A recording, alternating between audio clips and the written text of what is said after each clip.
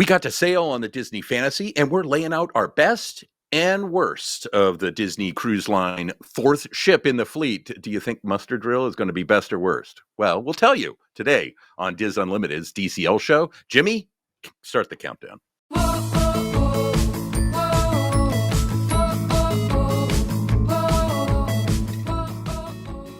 Hello and welcome to the Diz Unlimited's DCL Show. I'm Chris Forbeck. I'm one of the agents at Dreams Unlimited Travel. So thrilled that you're joining us. The Diz Unlimited team, well, we got to cruise on the Disney Fantasy, and we just learned so much. We learned so much, in fact, that we're going to break it down over several shows. We've already done one looking at kind of an overview of what we learned when we were on board. Today, we're bringing back our best and worst theme shows. And I think you get the concept, right? What did we like best and what was, well, not so great. And I'm so lucky I got to Disney cruise with this amazing group of the Diz Unlimited team. Let me introduce them. First, my colleague, Dreams Unlimited travel agent, Elaine Edwards. Hello, Elaine. Hi, friends. Dreams Unlimited travel agent and one of the people behind our Dreams Spanish website, See Disney, Federico Argar. Hola, hola. Theme park correspondent for the Diz. She writes for DCL Fan, UO Fan. She's on the Diz Unlimited. Chloe Fiera, she is back with us today. Chloe, thanks so much for being here. Thanks for having me. Hey, everyone. And I think on the seventh day, Chloe just rests. I mean, she's always produces so much. And of course, we have our amazing producer, Jimmy Valdez. Jimmy got to cruise with us, and it was so awesome to spend some time with him. Time with us. So we'll see if he didn't say anything on the last show. So we'll see if he says anything on this one. Hi, Jimmy. There, see, he said a little something before we get to the best. Let me say hi at least. There you go. And he's going to edit all this out anyway. Before we get to that, let me just remind you a word from our sponsor. This show, along with everything we do at the Diz Unlimited, DCLFan.com, UOFan.com, it's all brought to you by Dreams Unlimited Travel. We're experts at helping you plan a magical Disney cruise, a visit to a Disney theme park, your Universal adventure. New park coming. It's very exciting. Even other cruise lines. There's no additional cost to book with Dreams Unlimited Travel, none. But we're going to give you those insights into your Disney cruise ship, into your Disney trip, into what you should do at Universal Epic Universe. Whatever you're doing, we're going to give you insights about how to do it. And by booking your cruise with Dreams Unlimited Travel, you get a shipboard credit of up to $1,000, depending on the price of your cruise. I know you always hear you don't get anything for free. This is one of these cases. Free money to spend on board, and it doesn't cost you an additional penny. Best way to get started, just go over to dreamsunlimitedtravel.com. And two other notes. I always like to be transparent with these things. We got to cruise on the Disney Fantasy. We loved it. We paid for this cruise. We were paying guests. There are itineraries where Disney will host us, and we don't pay for those. Many of us did like a preview cruise on the Disney Treasure. And I often see people who kind of scoff and think that somehow influences what we say, what we think. I'll tell you, we're Disney fans. It doesn't. But we did pay for this one. So this one's just so you know. And second, yes, many of us are Dreams travel agents. This is our job, but we do really love Disney, and we love Disney Cruise Line. And we want you to have the best time you possibly can on board. Our job, both on this podcast and as agents, is to give you the information so you can make the best decision that works for you and your family. We hope you book with Dreams. By doing that, it allows us to do this podcast. But if you don't, we still hope you have an amazing trip and hope we provide you with some information that allows you to do that. Okay, enough with that. Before we get started, just a quick catch up so we're all on the same page. We did a 5-night Bahamian Cruise out of Port Canaveral on the Disney Fantasy. Our scheduled itinerary included stops at Nassau, Disney Castaway Cay, and Disney Lookout Cay at Lighthouse Point. And I say scheduled itinerary because we didn't make one of those stops. And we're actually going to do a whole show just looking at that because it does create a different atmosphere around your cruise. But let's talk best first before we get to the worst.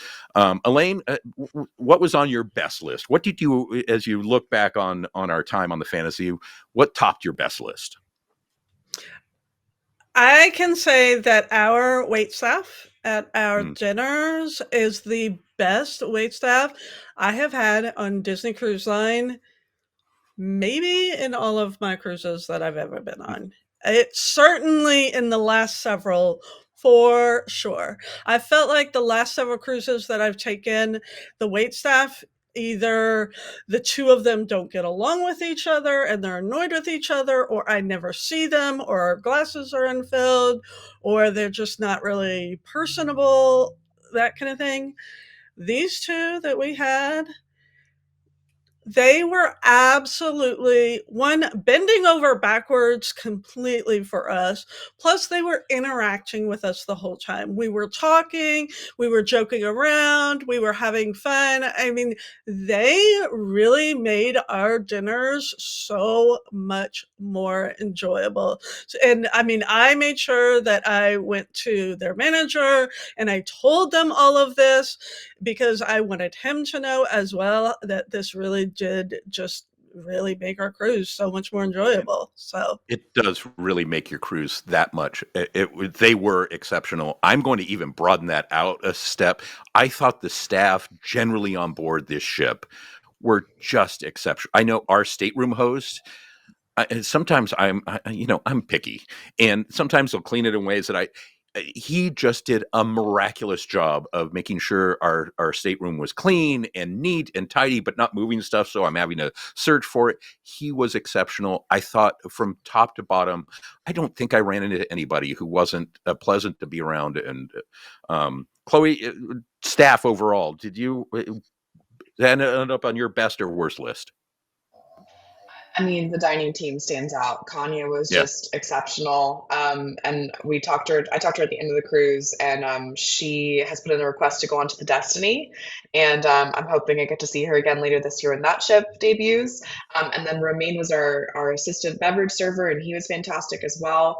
Like Elaine was saying, like I've always read about experiences like on the Diz boards and online about people, like, oh, we want to follow this dining team wherever they go, or whenever we're on the ship, we have to request these people. I've never had that before. I've had just fine experiences, or like Elaine said, where you can kind of tell they don't really get along, or, some things arrive late and they're just they're doing a little bit above the bare minimum just to do their job. Yeah. This team was like they put their all into it, and they're very passionate about it, and they were just so personable and warm, and I miss them. I miss them giving me my food every night and talking to them. Well, I mentioned in passing on an earlier show that Corey, part of our team, he got 3, count them, not 1, not 2, but 3 orders of escargot for his dessert every single night, and she just did it with aplomb. She just was thrilled to do it. It was so awesome and so impressive. Really, really, really excellent. Federico, staff, how do you like the staff on board? I'm gonna add the entertainment team. I think it was Emily. Right? Emmy. First off, I thought the adult space, they did a really great job. It was and Emmy was just so. I haven't seen a bad one, but Emmy just really stood out as really exceptional, and just so much fun, and just really made these. So down in the adult dining, it can be a little, I call it Disney risque, because they kind of push the boundaries. They often will do music trivia, and then they'll have like one of their signature event. They have kind of a match game that's with a newlywed couple. And, don't miss that show. It's always fun. And she just did a great job leading that. Really, really exceptional job across the board, I thought, on staff. Federico, best. Choose the best. The thing with her specifically was that she was real. She felt real. Yeah. Because we had with Jimmy an experience with another cast member on another event that we had. The host was like a lot. She was like, "Okay, calm down, Tinkerbell. You're talking to a human being." And Emily felt like, she was talking to another human being, not a Disney character. And I like that. And she was fun. She was engaging. And but also the actors that played the characters on the theater, on the Broadway shows. I know Jimmy loved the performance of Anna, was it? On Frozen. So they were great. They were very talented, and they made that experience on the Broadway shows, the Broadway, quote unquote, much, much better, and like something that really stood out.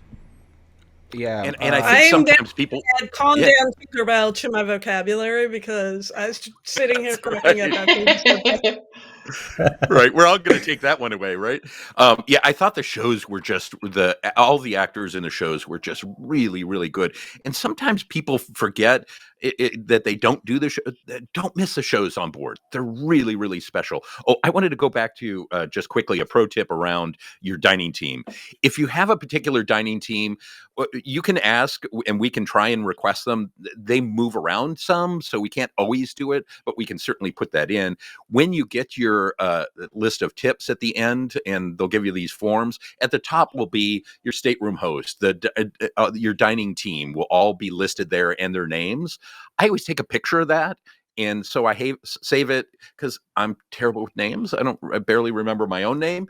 And so it will help you go back. And if you want to request somebody specifically, you'll have record of that. So it's a good way if somebody was particularly, and also, as Elaine mentioned, she touched base with managers about if they do a good job, that really does help them. So, awesome thing to do. Chloe, name a best for us. A best, I'm gonna go with the Rainforest Room on the Disney Fantasy. It Mm. is more moderately priced than the newer ships. It is a great place to tuck away and just decompress. And I have a little secret to stay in there as long as possible on Pirate Night if you don't particularly enjoy the activities that night or the dinner menu or what have you. It is a ghost town in there. I was by myself. I fell asleep in the hot tub, which is probably not a good thing, but it happens. I was a little late for dinner. Doctor Oops. recommended, by the way. No, but there was no one in there. And I mean, on any like sea day, or even like people kind of know the secret to stay in there on a port day too. But they do sell limited passes in there. So it is a more, intimate experience, if you will. But it can feel a little busy. So I like to find those pockets of time where people aren't really thinking about going. And it tends to be in the later evening. A Pirate Night, Yeah. especially, it was heaven. Yeah. Chloe, will you tell us how much you paid for your lengthy Yes, cruise of pass? Because course. that's one of those questions that everybody asks. And Yes. can you just tell us what the Fantasy had in the Rainforest Room? Yes. Because all of the ships, the Rainforest Rooms are completely different. Absolutely. So I used to get the singular day pass at the Rainforest Room on the Fantasy back in the day, like 5 years ago.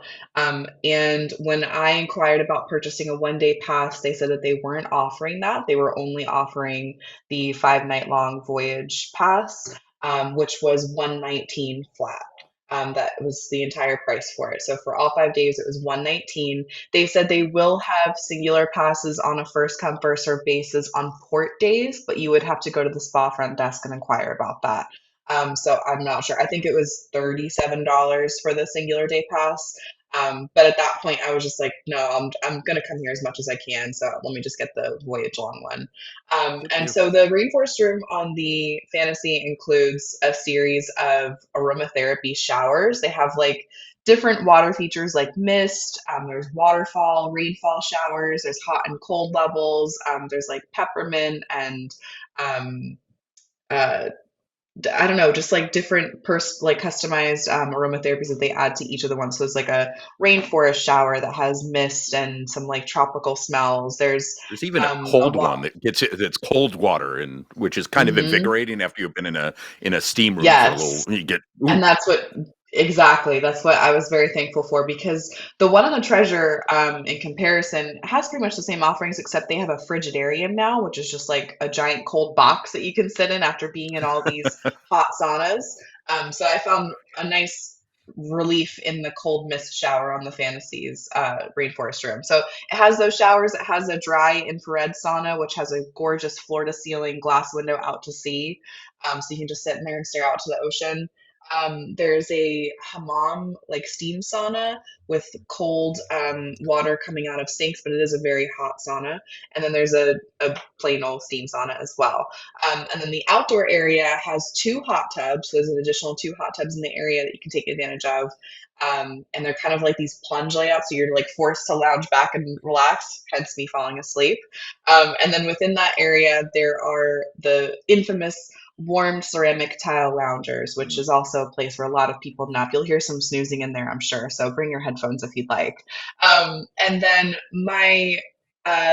all that is included in the Rainforest Pass. However, one freebie that I kind of found out about on this recent sailing is the locker room of Senses Spawn Fitness Area are free to use for anybody on the ship. So if you find that the showers are a little too small in your stateroom, you can take your shower caddy and your change of clothes, and you can go use honestly, they're oversized showers there, and they have the LMS spa products. They have the shampoo, conditioner, and body wash that smells so good, so invigorating in the shower. So that was kind of my cheat. I actually didn't shower in my stateroom at all. I only showered at the spa locker room, and that's available for anybody to use.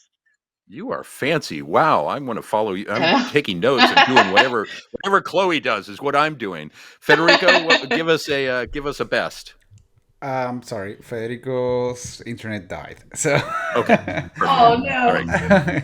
Oh. Good to know. I'm going to do my best, and I'm going to say I did. I got prima notte at Palo for the first night, and I mentioned this on an earlier show, but it was really exceptional. So prima notte is essentially it's a wine tasting pairing kind of thing. It's not a full meal. So if you're expecting a full meal, it's not a full meal. $85, I believe, is what it costs, not including tip and stuff. But you essentially get a bunch of glasses of wine, and they pair it with a different food. So the sommelier works with the chef, and they give you. It is again, only on the first night, and it's small. There's only like 12 of you there. But just a lovely way to start your meal. You get to try different wines. He explains why he chose this particular wine. The chef will tell you why he chose and how it pairs and all those kinds of things. I love wine, but I'm not good at like the pairing things. So it was very, very a lovely place to do. You can also do dinner at Palo afterwards if you are able to get that. So maybe you want to do that. We did the early, they do it twice on board, once early, once late. We had late 8:15 dining, so we did the early prima notte and then went down to our regular dining.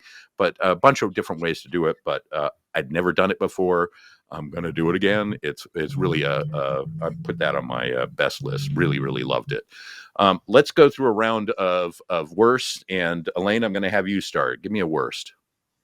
You always start with me, and I'm never ready. I was sitting here ready to talk about a best again. The worst is when you have to miss a port, because we had to miss Castaway Cay on this cruise because it was too windy, unfortunately. They tried and tried and tried. They tried several times, pretty much all morning. They pretty much for about 2.5 hours. They were sitting there trying to dock, and they just could not do it. This is something that happens, not just at Castaway Cay, but at other ports, that for whatever reason, you may have to miss a port on your ship, and it is not fun. However, before you go rushing at guest services with your pitchforks, please note that noted in your cruise contract that you agree to when you do your online check-in, you are not guaranteed any port. You are not guaranteed anything. There's always reason that they can miss a port, and they do not owe you anything. They will refund you port fees usually, but above and beyond that, they do not owe you anything. So please do not. It's not their fault. They do this for your safety, and even though it's disappointing, sometimes it happens. So. It is very disappointing, and I was talking to a couple of guests on board who it was their first Disney cruise, and they were I wouldn't say crushed, but it was one of the things that they were really looking forward to. Everybody gets that. Disney Cruise Line gets that. But I will tell you, the winds were very strong, and we're going to do a whole show on this about what you can do, and because it was a big thing on board, but it's they have to do it for safety. And not only did we miss going to look at Castaway Cay, but the Disney Wish the next day didn't get to go because the winds were still so strong. And I mentioned this earlier, but I talked to somebody at the airport who was on a royal ship. They only got to visit Nassau. They didn't do any other stops because of the winds. The winds were exceptional. It happens. Just be aware and be prepared, and we all go with the flow, and there are things you can do. So we'll talk about that. Chloe, do you have a worst for us? I do. This kind of goes into my best of rainforest room because I found myself going there kind of as a respite from the crowds. It was a very crowded cruise. There were a lot of young families. And I feel like any general activity that, like any of the shows that were going on in the atrium, even like the movies on the top deck, there's always a line for ice cream, which I don't remember that being an issue before. I never walked up and got myself an ice cream. I had to wait at least 5 or 6 people deep in line to go get my soft serve, which I, was this an oversold or is this a sold out cruise? I don't know. But it was very, very crowded. And I feel like this ship is kind of showing that how much Disney has improved in managing crowds on the larger ships that they've just debuted. Yeah. I don't know. I really felt it on this ship. The dining room was nice because we were kind of like a larger table tucked away, so I didn't feel it too much in the dining rooms. But everywhere else, I felt it. And I have one other small worst that I'd like to, if let's just possible. parse that one out a little bit, because it's something that we hear a lot is crowding, and I think the ship was pretty much crowded, and it was interesting. I didn't we sailed around Mardi Gras, and I didn't know this, but apparently a lot of the states in the deep south, Louisiana, Alabama, Mississippi, those states around there, they get that whole week off, and so there were a lot of Southerners on board, and there were a lot of Canadians, most of them French Canadians. There was a lot of French. I've never been on a ship where there was even in Europe, I haven't heard so much French spoken on board. So there were a lot of people who I think had kind of their version of spring breaks during this period of time, and the ship was, I think, pretty much full. Elaine, what do you tell folks who, as if you're going in spring break, if you're going to over Christmas, New Year's, Thanksgiving, those ships are going to be pretty much at capacity. How do you deal with that? And I think, Chloe, one of them is do the rainforest spa, or do something that gives you a break. But what do you tell folks how to deal with crowds? Yes, and just like Chloe did, I did that exact same thing when we did our Diz trip to Alaska 2 years ago. I bought the Rainforest Room Pass for that exact reason, just to get away from people. I wanted a place that I could go, and I sure did take a 2-hour nap on those heated loungers every single afternoon because I could just get away from people. I like to tell people, it's kind of like if you're planning a Disney World vacation and you're going to during one of these peak times, you need to sit down as a family and think about what is your priority? What is the most important thing to you? And think about that for each person in your family or your traveling group that is with you. That way you can get that one thing for each person. Make sure that one thing happens. And then anything above that is just icing on the cake. So that's kind of one of those tips, pack your patience, manage expectations, arrive early to open activities like trivia, match your mate, that kind of thing. That way you can get a seat. So that's kind of one of those. It's kind of like a vacation anywhere. It's just gotta be patient and be nice and smile. It's really awesome advice, and I always try and let folks know, enjoy the things you do. Don't focus on the things you don't get to do, because you're not going to be able to do everything. A couple of things that I always tell folks is during the day, guess what? The pool deck's very crowded. If you go lower in the ship, like the atrium levels, there's different places that you can find little hideaways that are more quiet. And I'll often do that and just go read. If you're without kids, the adult section of the pool is the adult pool upstairs is generally pretty quiet. Cove is usually a pretty quiet place where you can find a little bit of respite. So find those spots and definitely enjoy them. The one reason I often do travel around Thanksgiving and New Year's, I particularly like New Year's Eve cruises, but is because guess what? They can only put so many people on those ships. There's only so much space. Unlike Disney World, where it can feel like you're just sardines in there. But you still need to be cautious. And, for those of us who are born introverts, we need our quiet time in order to be the smiley face. So definitely pay attention to that. You can find it, just be aware and be cautious.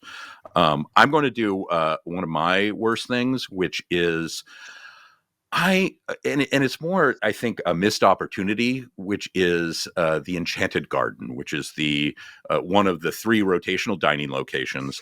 I just really feel like it's a missed opportunity. And I think on one of our other shows, Chloe, you mentioned that the Disney Wish and Disney Wonder and Disney Magic used to have I always refer to them as the boring restaurants that were not very well themed. They didn't really have a sense. They're now one's around Tiana, one's around Tangled, and they're lovely spaces. I feel like there's just more that they could do with Enchanted Gardens. They didn't really do it when the Dream went into dry dock, so I don't know if they have plans that they're going to do something with when the Disney Fantasy goes into dry dock later this year. I doubt it, but even if you just made it more like Alice in Wonderland themed or something, or Mary Poppins or something, it needs. It just feels like a missed opportunity to me. Thoughts, Chloe or Elaine?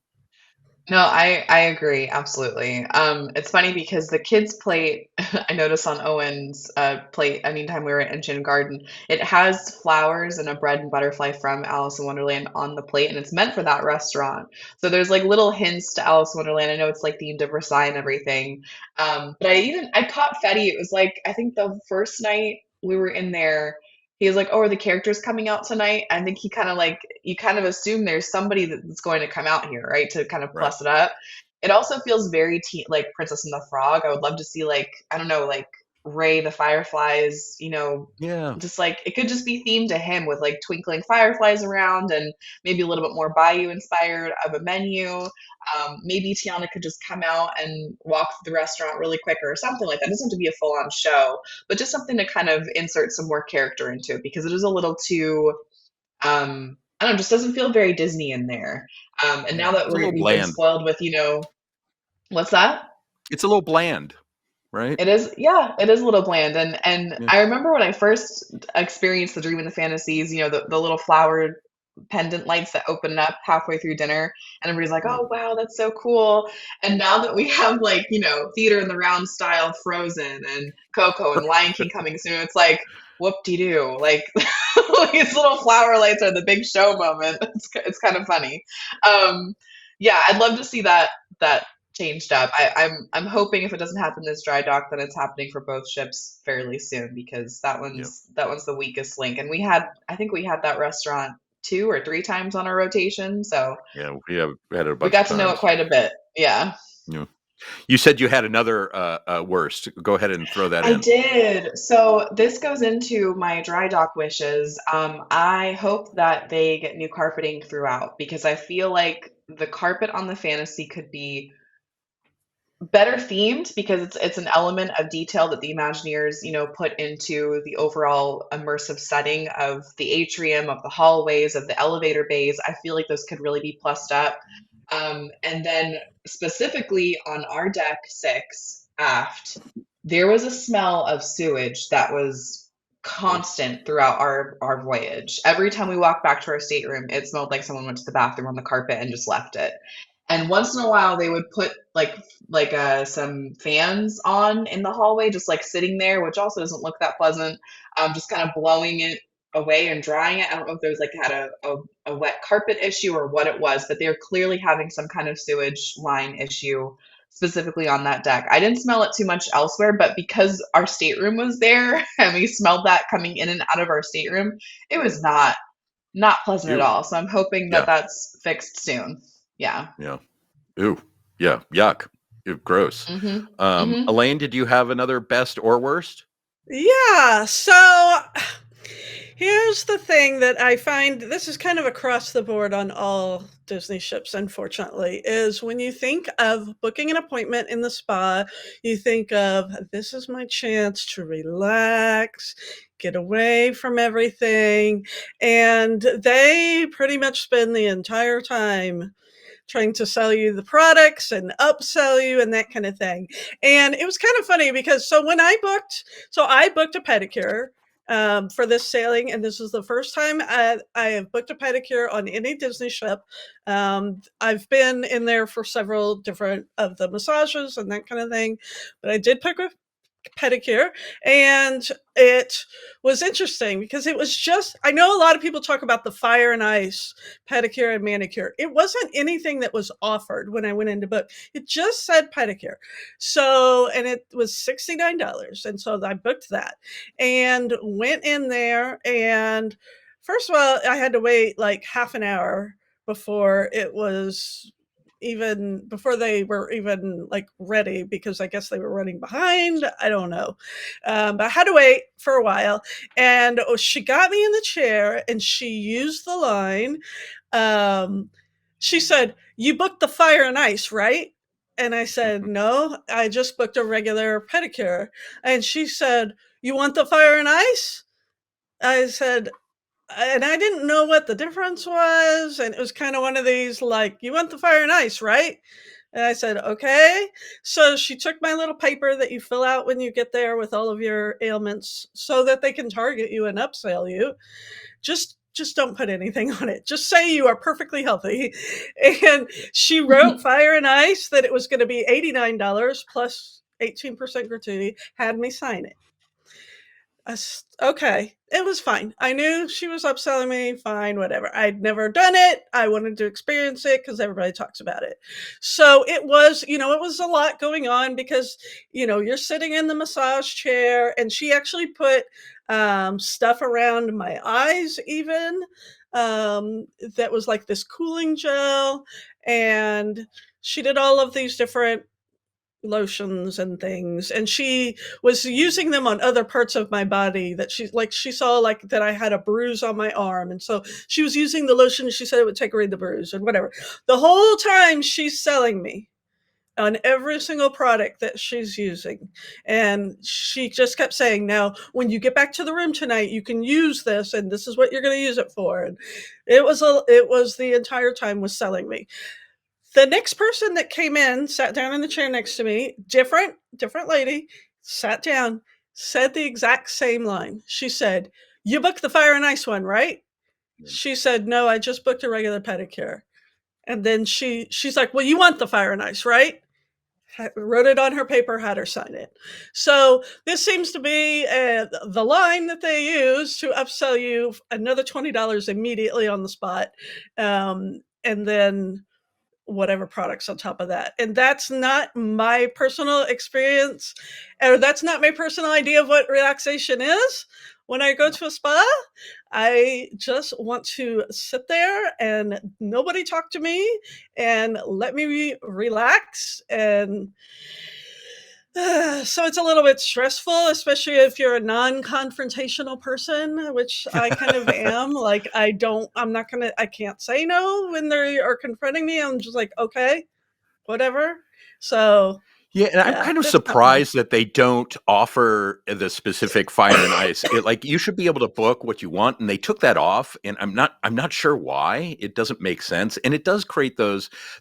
I will say, they used to be horrible about it, and I think they've gotten better because so many people complained, frankly. And it's not. I do tell clients that if you're going in, be prepared. They may upsell you. You don't have to buy anything.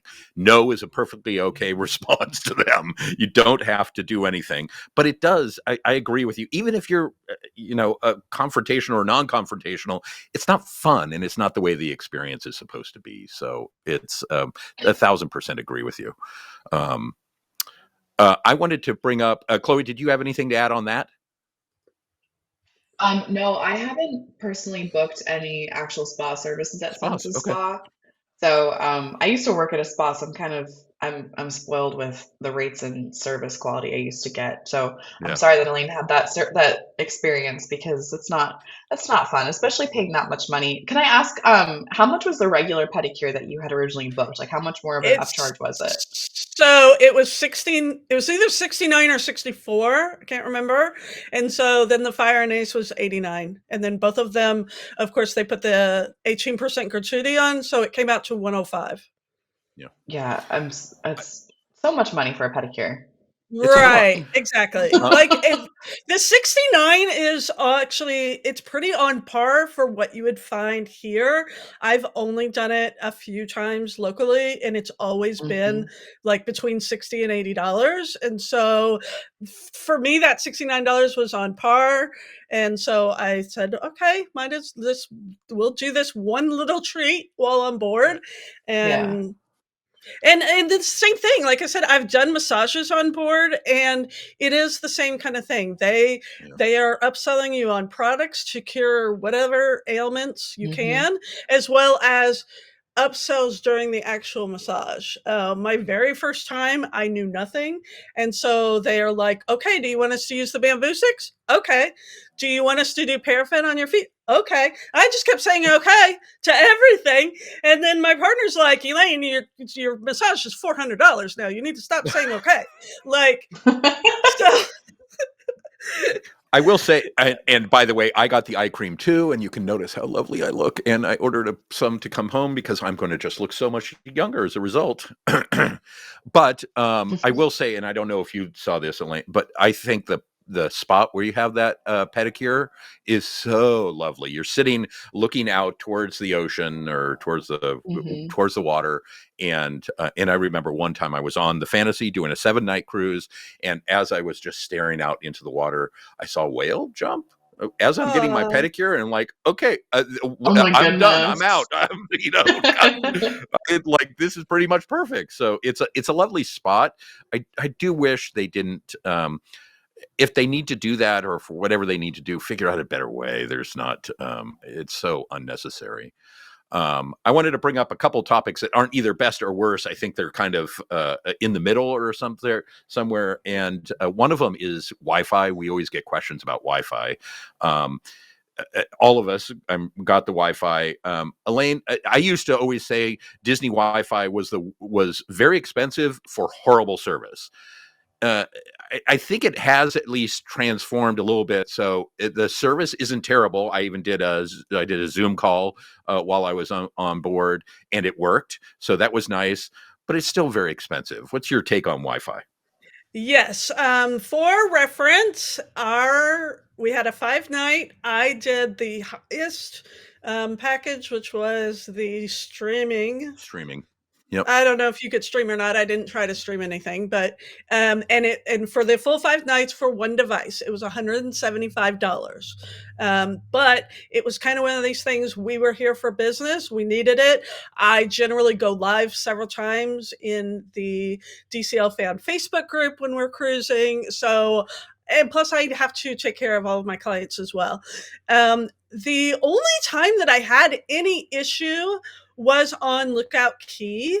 I believe that the Wi-Fi is supposed to work there as well, but my phone was not picking it up at all. And so I took my phone to guest services. I said, "Can you help me?" He took it, he pressed some buttons. It worked for like 5 minutes, and then it wouldn't work after that. So I actually had to turn on my cell service while we were at Lookout Key, because again, I was going live on DCL fan Facebook group and that kind of thing. So that was kind of rough. But other than that, this particular cruise, I did not have too much issue at all. I actually ended up getting 2 phone calls while I was on the cruise, and they worked. And I was in airplane mode the entire time, but my phone was set to Wi-Fi calling. So it didn't use any of my cell service or anything like that. It was just, if you have it set up on your phone that you can make a phone call on Wi-Fi, then yeah. So it's funny because my brother-in-law called me to book a vacation, and he's like, "Where are you at?" And I'm like, "I'm actually in the middle of the ocean right now."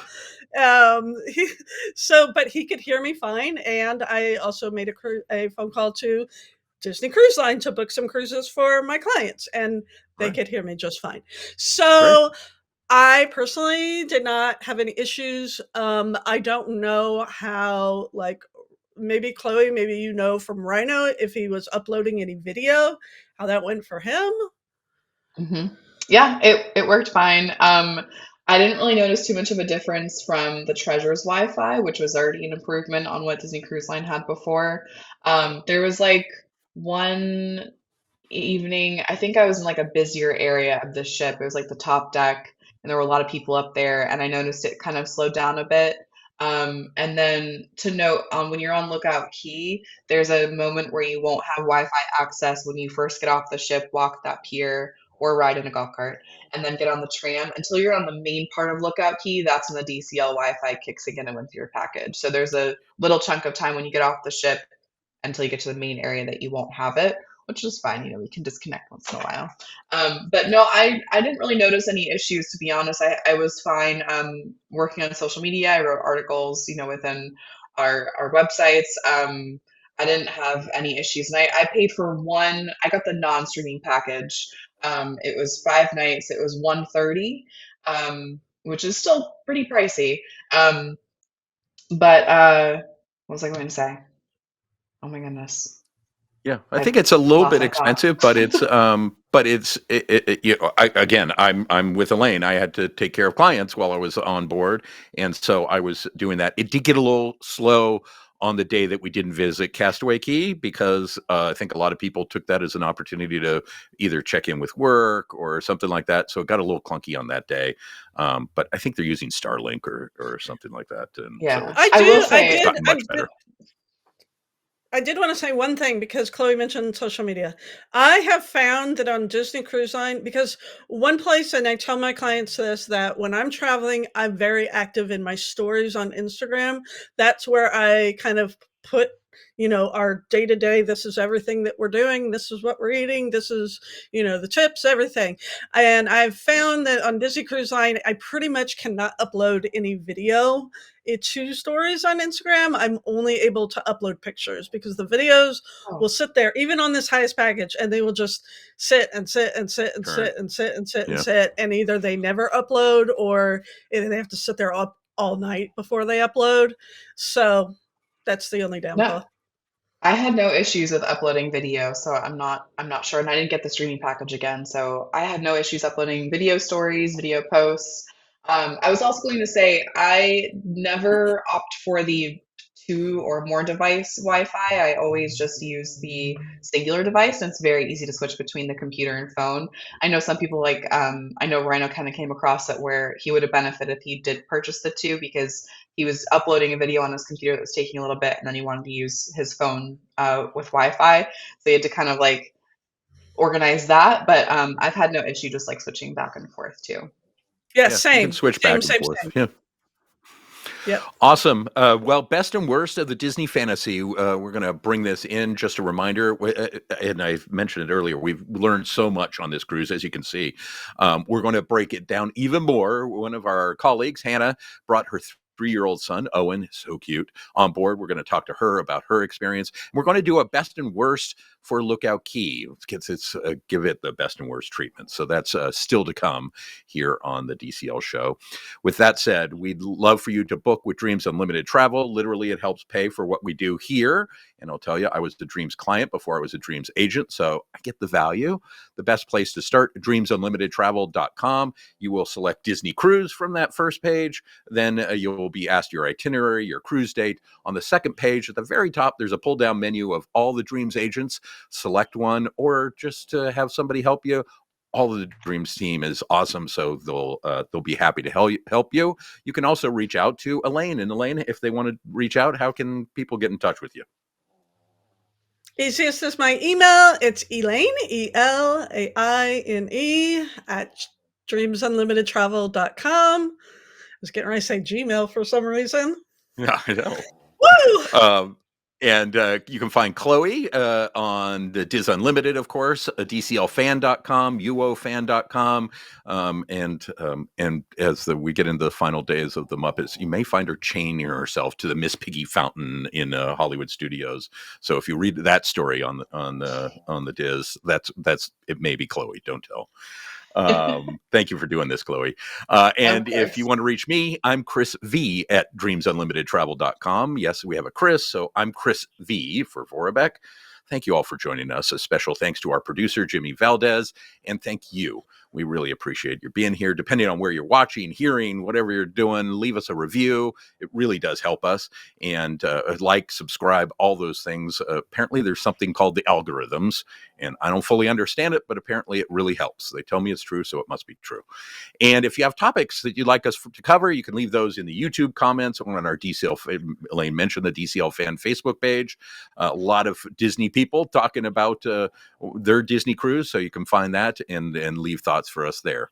Or you can send me an email, chrisv at dreamsunlimitedtravel.com. Again, more to come on the Disney Fantasy. Thanks so much for being here. With that, safe travels. We'll see you real soon.